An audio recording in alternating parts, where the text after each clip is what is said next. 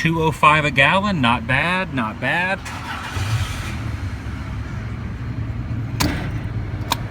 I always have the worst trouble with these things. Welcome everyone, Adam the Woo here. I've been doing YouTube videos for about 5 years now, a little bit past the 5-year mark. Whoa,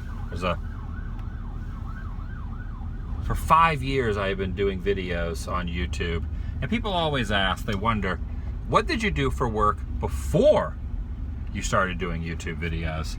And that's what I'm going to cover in today's vlog. But were you ever the president of the United States of America? It's my second channel, daily vlog channel. It's the Daily Woo. Everyone remembers their very first job.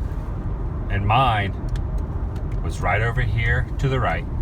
I used to pull straight into this parking spot and stop right here. And where that gold gym is now was a Publix grocery store. The year was 1991. My family had just moved to town. I was 17 years old. My parents said, "You need a job?" So I went and got a job. It looks a lot different than it did back then. The front entrance was over here where this wall was. You would walk in and the sliding door would open, and I would go in, go upstairs, punch my time clock, and get to work. I started off bagging groceries and collecting shopping carts from the parking lot, and then I became part-time stockman, and then I became an overnight full-time stockman. There were many a times that my clunker of a car that I had would break down right in this very spot, and I would spend hours and hours after work trying to get it started right in that very spot. Around the back is where we would unload the trucks. You can still see down here where the little ramp that went up to the truck was.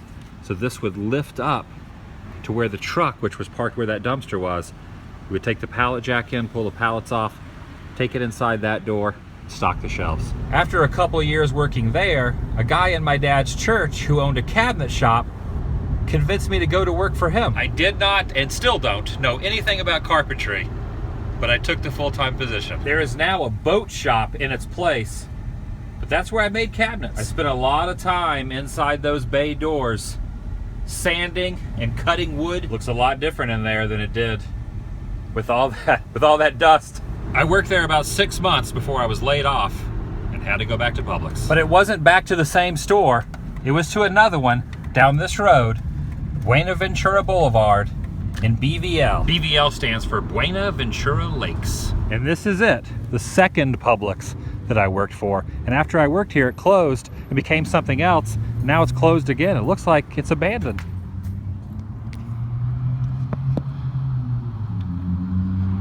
It's awesome how your mind works. You see something from decades ago and it brings back memories. They just flood back in as if you were just here yesterday when you weren't. Wow, look at that. The door still says Publix. That's so cool. There's a golf course right over there. And I distinctly remember unloading a truck from here one day, talking to one of my coworkers about how nice it would be to not be stocking shelves and to be playing a round of golf. And I don't even play golf. Well, except putt-putt. It was mid-1994, and this Staples was a Winn-Dixie grocery store. And upon looking at it closer, it's actually two storefronts. It's an Aldi and a Staples, but this was all one store. And I was the overnight stock crew manager here. I would always get to work a few minutes early, and I would park in this spot right there. Many a times, sitting there before I had to go clock in thinking, I really do not want to be here. I do not want to do this tonight. Vivid memories parked right there. After about 12 months, I said goodbye to Winn-Dixie, and the store manager said I would never work for the company again. But more on that a little later. I caught wind of a rumor around town that the store that used to be where this Dollar Tree is now was moving across the street, and they were hiring a lot of people. In all honesty, it was one of the most exciting announcements in town at that time.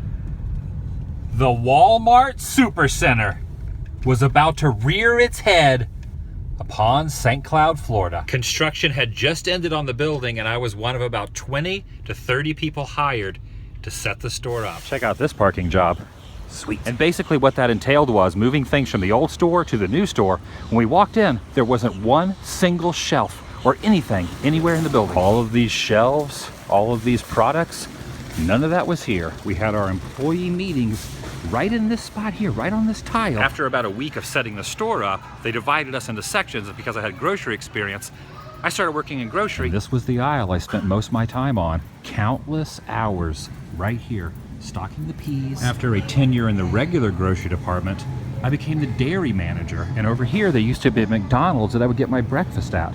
Now it's just a deli, but it was a legit McDonald's inside here. 50% off the red ticketed prices. It's a pretty... And as always, thank you for choosing your Walmart Stay Class. It's a pretty good deal. I just got yelled at for filming inside there. That's right. Come on, no filming down there. And now we're getting into some of the longer time periods that I worked at places. This used to be Kmart. I worked here 5 years. Pretty much every department, everything you could possibly do in there, I did it. It's some facet over that half a decade period. It's been completely remodeled, but that was the front door. Right over here is where all those little child toys that you put a quarter in and ride were. And that was the entrance to the garden center. And all the garden supply stuff was right there in that little outside foyer area. Kmart tried to emulate Walmart's game plan of taking a regular store, putting a grocery store in it, and making it a super center. Kmart's idea was to change the name from Kmart to Big K, and I worked here during that transition. This was the back of the store. This is where we unloaded the trucks, right in there. That was the receiving area. I worked a lot of overtime when they transitioned, not only at Kmart, but at Walmart. Some weeks I would work like 80, 85 hours a week. It was pretty intense, but you know, overtime is good, even though I was getting basically paid minimum wage, which means they're paying you time and a half on nothing. And a little side note, there were times in my life that I didn't have a car and I had to take that Lynx bus system to work. After the periods of overtime ended, I stayed working at Kmart full time, but I also had a plethora of part-time jobs on top of the full-time Kmart. I sold hot dogs and nachos at the spring training facility of the Houston Astros. See that concession stand right there? I worked in that one. Man, that brings back a lot of memories. I kind of want to do that again, just for the heck of it. It was kind of fun. Right over here near the corner, right where that sign is, was a video store called Video Center. And I worked part-time there, a couple nights a week. I really like working there. The guy that owned the place that I worked for refused to switch over formats when DVDs came out, and hence went out of business. But man, he had so many good old school 80s and 90s VHS.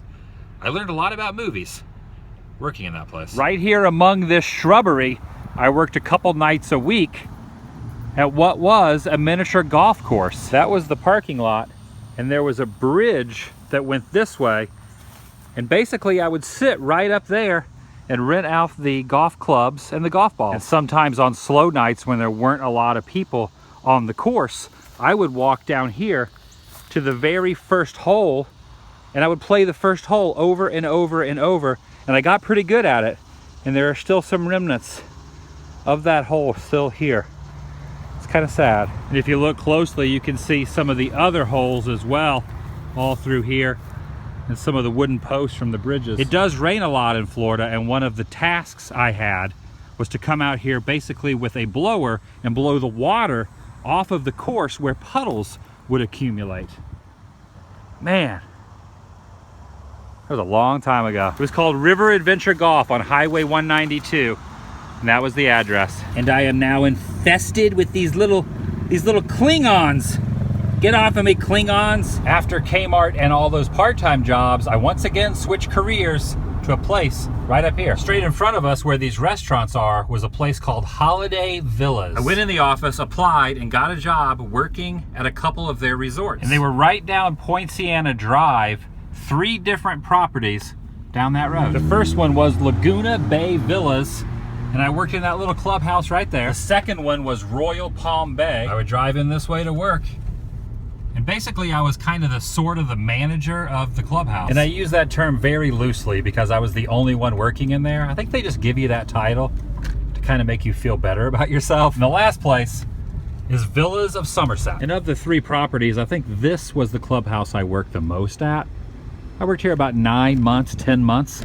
And while I was working full-time here, I also worked a few nights behind this hotel was a little pool bar. And from what I can tell, this hotel's now abandoned. more or less. And they have a fence up around the property. I answered an ad in the newspaper for part-time work, and basically this guy had taken this shed and turned it into like a makeshift snack bar, and he also served, you know, beers and like chips and hot dogs and stuff like that right next to the pool, where tourists who were at Disney and Universal would stay in these rooms and they would swim in that pool. And I worked right there in that little shack. And it was a little strange, me being a non-drinker, being a quote bartender, even though it really wasn't like full alcohol or anything. I got very good at telling people I cannot accept their request to drink a beer that they have bought for me, because I was at work. So that kind of worked out. I had a good excuse. Hey! Justin? How's it going, man? What are you wearing? I'm getting full Florida, bro. Look at it. I got my Florida towel. I got my Florida shirt. Check out my fanny pack. I got my Florida sunscreen in there. Oh, I'm a real Floridian now. No. No, you're not. No. Anyone that sees you that lives in Florida would know. But the fanny pack. Here, just let me come in and show you. No. Just let me, Just let me come. No. After working at those clubhouses, I spent 5 years at this Office Max. I did about everything you could possibly do in that store, from overnight stock to receiving manager, pretty much everything. Man, 5 years. I walked in and out of that door 5 days a week. Memories. After working in office supplies for a little while, I went from Kissimmee, Florida, back into St. Cloud. Those two towns are basically twin cities. They are side by side, right next to each other. So commuting back and forth was really not that big of an issue, really only a couple of miles. And pretty much every job I had that I have shown was in those two towns, give or take, in the general area of those two towns, either Kissimmee, Florida or St. Cloud, Florida. And after that, I went back to grocery and back to Winn-Dixie, where I was told by management that I would never work again. I returned. I worked inside there as grocery stock crew manager, and once again, a dairy management position. I did it for 1 year, and then I went to work for a place that I never in a million years thought that I would be working at. This town has a lot of farms and ranches and people who own cows and horses and chickens and ducks and pigs and whatnot. And before I started working at this place, I had no idea about any of that stuff. But all that changed when I got a job at this feed store. You can see the big bales of hay right there that I would load in the back of trucks with a forklift. And you could see the gates that we would sell. And this trailer was full of hay. I would stand at the end of the hay trailer and throw it in the back of trucks of people who needed hay. I would also load this salt in the back of people's vehicles, as well as sod and mulch, plants, things like that. By working there, I learned a lot of things that I never knew before, which was really cool. But after being there 3 or 4 years, the wheels in my head started to turn, and I thought to myself, I need to do something on my own. Even if I do not get a paycheck, a weekly paycheck, I need to branch out and do what I want to do. And this took 2 years to come into fruition. And I totaled 5 years working at that feed store before I quit on August 9th, 2011. Which means it is just past the 5-year anniversary of the last time I punched a time clock. I was 17 years old when I started working. 20 years later, when I was 37, which was 5 years ago, I decided to stop working on my own accord for no reason other than I wanted to do it. I had a change in my mindset that instead of putting so much energy into someone else's business, into what someone else was telling me to do, I would go out on a crazy limb and try to make something for myself. I don't think it worked out just because. I don't think it worked out on accident. When I did work a normal job at all the places I was showing, I was rarely late to work. I rarely called in to work. I rarely took time off. And when I did do something, I always tried to do it to the best of my ability. Not only to try to succeed in the company, but just for my own personal satisfaction. I tried to do the best job I could. And I feel like I apply that to what I am doing now. I don't know if that shines through. I don't know if you see that. But it would be really easy for me to sleep in every day. It would be really easy for me to go out every night, go do other things, and then sleep all day, sit around, watching TV or doing nothing. But I don't do that. I get out and I do something every single day. And I feel, honestly, I am working harder and working longer hours than I was working when I worked for someone, as crazy as that is. Now, I know I'm super blessed and I'm super on a different wavelength than most people because I have the ability to do what I want, make my own schedule. But sometimes you can fall into that trap of letting that make you lazy. And I never want to be that way. And good Lord willing and the creek don't rise, I never will be. Thanks for watching. I'll see you guys tomorrow. Look at those clouds. The sunset is rather beautiful this evening. Look at that. Look at that over there. Amazing. Life is good. Life is definitely good. Vlog over.